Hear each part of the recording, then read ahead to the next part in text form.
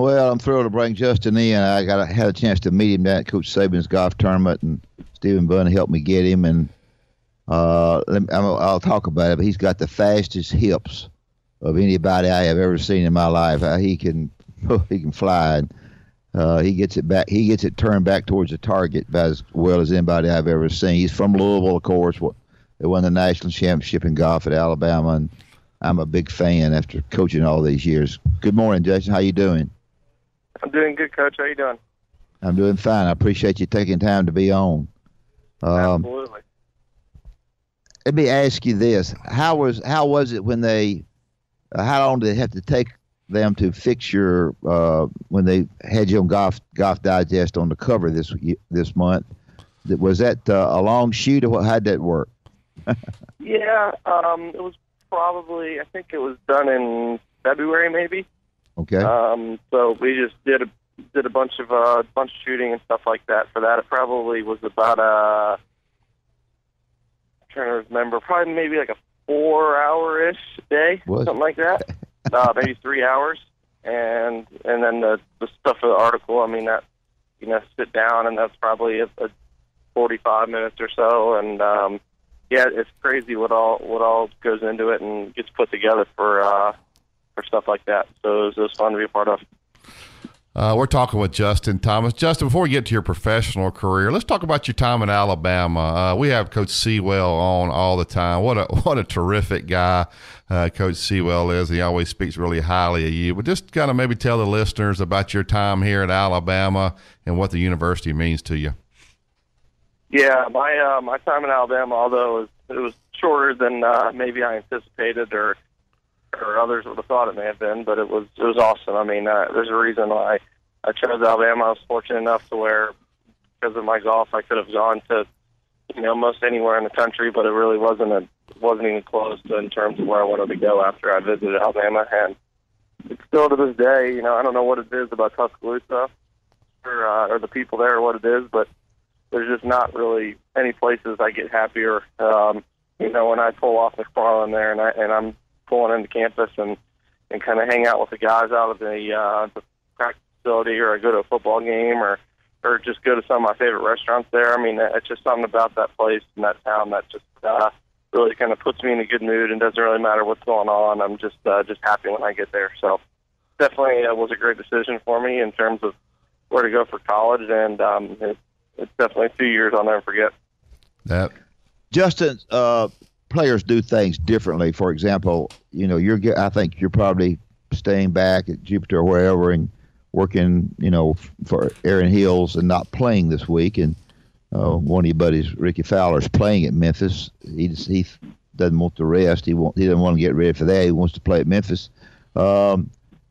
Is the reason for you resting or maybe just working on parts of your game? How do you handle getting ready for the U.S. Open?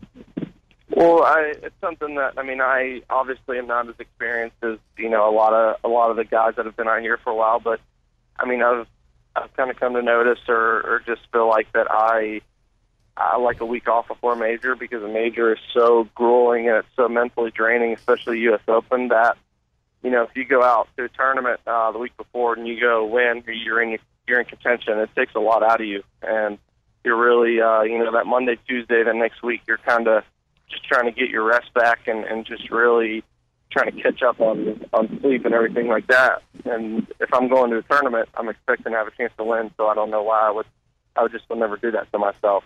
Yeah. So for me, it's just more about just being home. I haven't done anything this week. Today I'm going to start getting back into practicing. Just kind of got some rest and took it easy and hung out here with Bud Colley. He's also just qualified for the Open, and another Bama guy. So we're going to actually go up on Saturday and just hang out around Aaron Hills and practice and play some. Just kind of get used to the grass there versus the Bermuda here, and just like I said, just try to get some rest and get your mind in a good spot going into the U.S. Open. We're talking. Go ahead. Sorry, go ahead. Caddy wise is always interesting to me.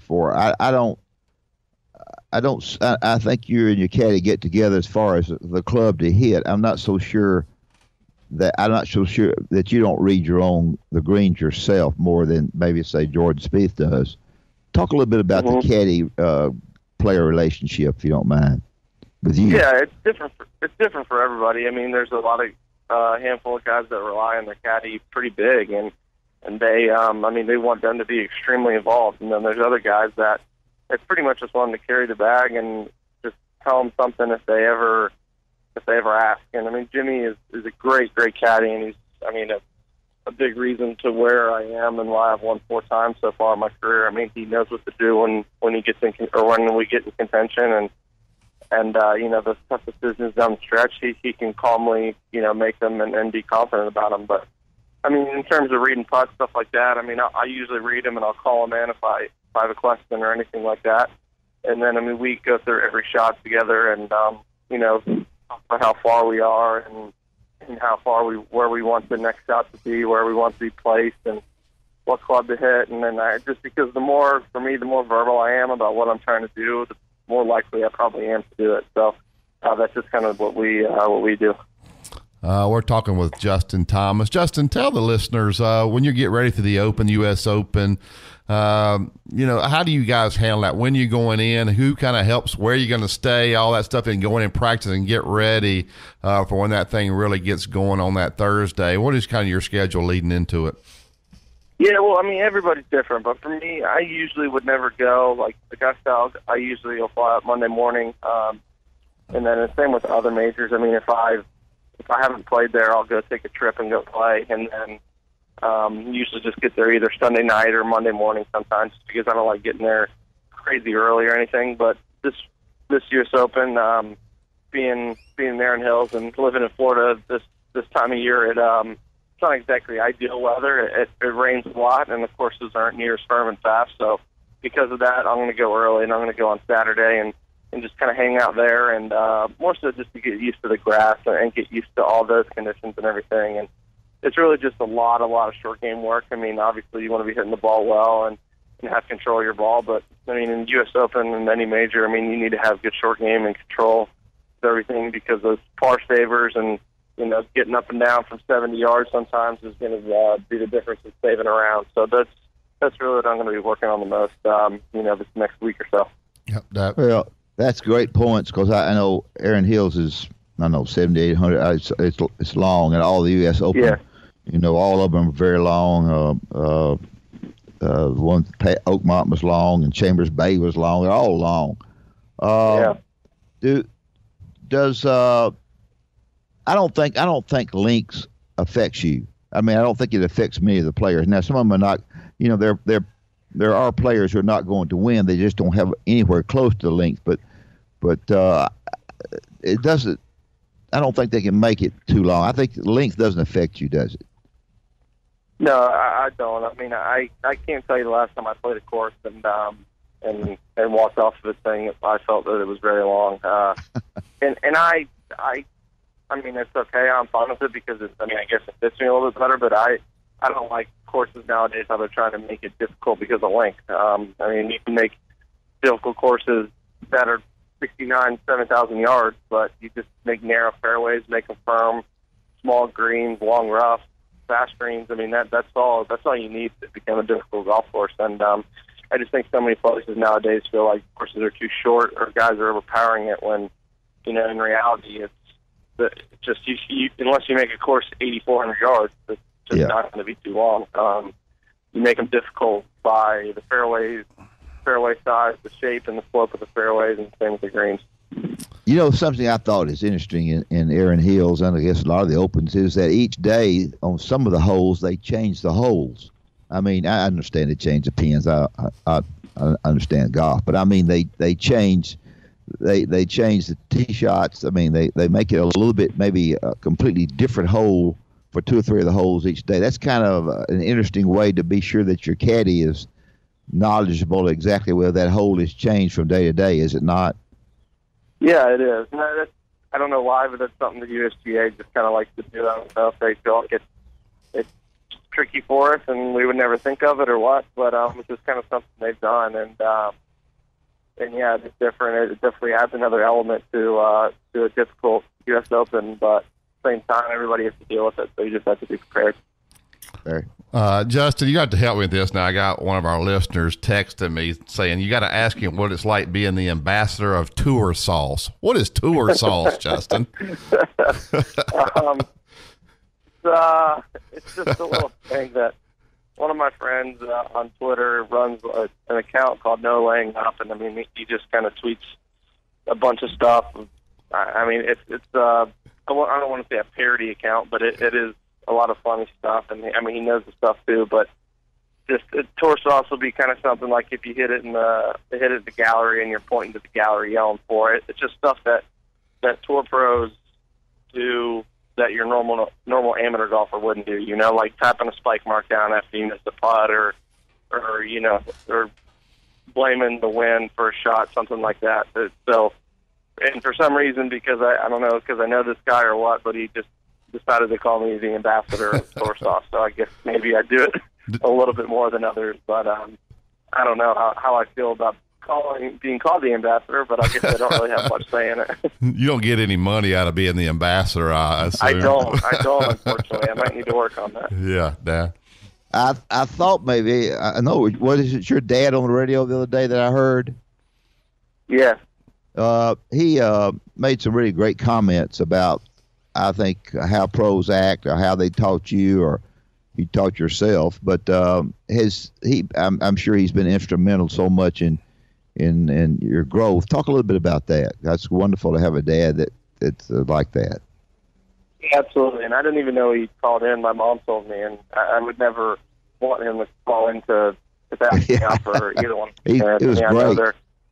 They're your parents. You know that's just how they are, and they're going to want to, you know, have your children's back and defend them. But you know, at the same time, it's my problem, I guess you could say. But it was nice that he did that, and yeah, he's very helpful for me. I mean, he's been my golf coach my whole life, so. In terms of the actual golf part, I mean, he's obviously done very well for me and helped me a lot. But I think we've come a lot closer as a father and son and as friends the last couple of years. Just spending a lot of time together and going through some pretty cool experiences together. And, you know, it's really fun and honestly a little bit exciting just knowing what could happen, you know, these next 10, 15 years. So it'll be fun. Well, I appreciate so much you being on. I'm hoping next time I play in Coach Saban's tournament, I'm going to get to play with you, so I don't just watch you play. You're absolutely. I would love that. That'd be fun. Terrific. Can Coach Saban hit the golf ball at all, Justin? Yeah, he plays pretty good. Does he hit it pretty good, Justin? He can, and even if he didn't, I wouldn't say that because I'm going to find out and my life would be over. So, yeah, I would.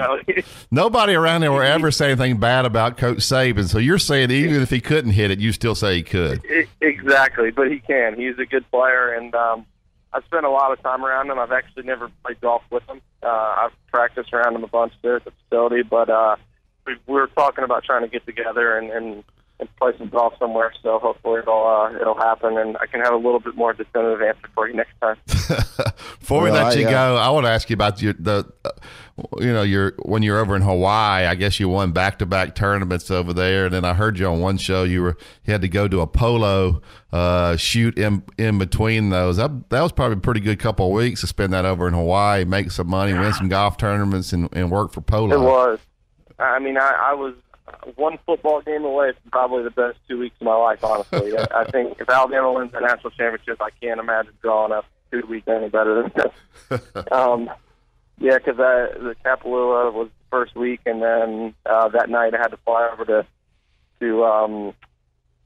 Sunny, and then that next morning I had a polo photo shoot at about 7 a.m., and then I had to, because the time changed, the game was on, I think, at like 2:30 or something there. Yeah. So I went till like 1. I mean, it was a kind of a requirement by me that I needed to be out of there by 1:30 to get ready for the game. So I left there, watched the game, and then was depressed for 2 days, and then somehow got it together and managed to play well at Sony. Yeah, that's great stuff.